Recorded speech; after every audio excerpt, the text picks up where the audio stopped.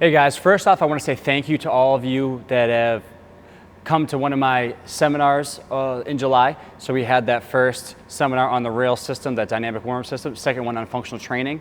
I just want to thank you for coming to that. What I want to do here, in the last seminar, a few people had the question, what other posterior chain exercises can they implement within their program besides the deadlift or besides the other things that I spoke about in that second seminar? So a lot of people have this stability ball lying around at home collecting dust. It's a pretty good piece of exercise equipment. I don't use it a ton, especially here we have so much more equipment that is easier to use than the stability ball. But if you have this at home, you don't have any additional free weights or barbells or anything, there are a few good variations to get some posterior chain strength. So when I say posterior chain, a lot of people aren't sure what I mean. Anything down the back side of the body, you think from a function standpoint, we really need that calf, the bottom of the foot, hamstring, hip, lower back, those things to fire to forcefully push us up forward. But also from a postural standpoint, and if we're crunched over in this position from sitting too long, if we really get some good strength and develop that posterior chain,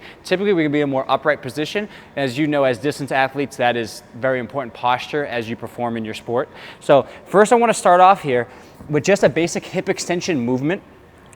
I think a lot of people jump too quickly into the hamstring curls on this one. What I want to do here is actually get into a position automatically because my legs are lifted, my ribs are slightly flared out like this. I want to use my abs to pull my ribs down. Automatically from there, my back starts to flatten out on the ground. So I'm limiting lumbar motion. So as I hold that position, you can use the arms to some degree if you need to. I'm just going to squeeze the glutes, lift the hips up, and then relax back down while I'm maintaining that position through the rib cage and the lumbar spine. So going through, getting some good hip strength, balance, core stability, because obviously in this position that ball is shaky. I need to use my core to some degree to make sure I'm level and stable here. You'll notice a lot of people, once you try this one, you might actually fall over. Legs might just fall down to the side. You might fall off the ball. So be careful.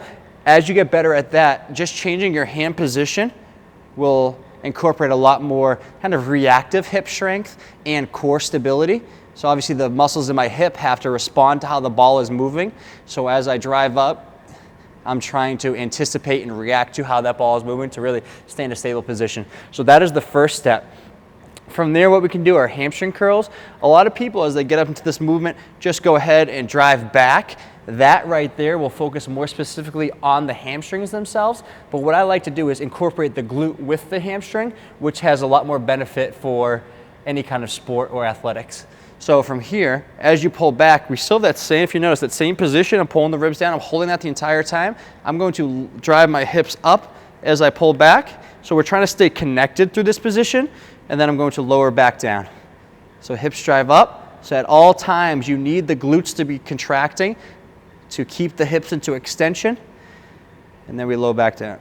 So if you're someone that isn't firing that great through the glutes, you'll notice tons of stress through the hamstrings, maybe even cramping in the hamstrings. That means you need to implement some more glute activation exercises. Regardless, that second movement is challenging. If you are someone that could breeze through that, no problem, 10 to 15 reps, 2 or 3 sets. What you can do from there is center one leg on the ball, get your core position first, pull the rib cage down, hips up, and then you can go into a single leg, nice and slow on the eccentric.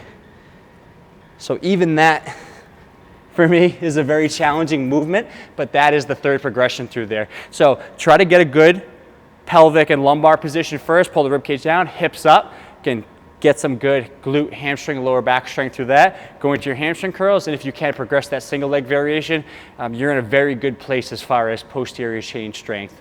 But that's it for today. I hope you enjoyed the video, and I'll talk to you guys soon. Thank you.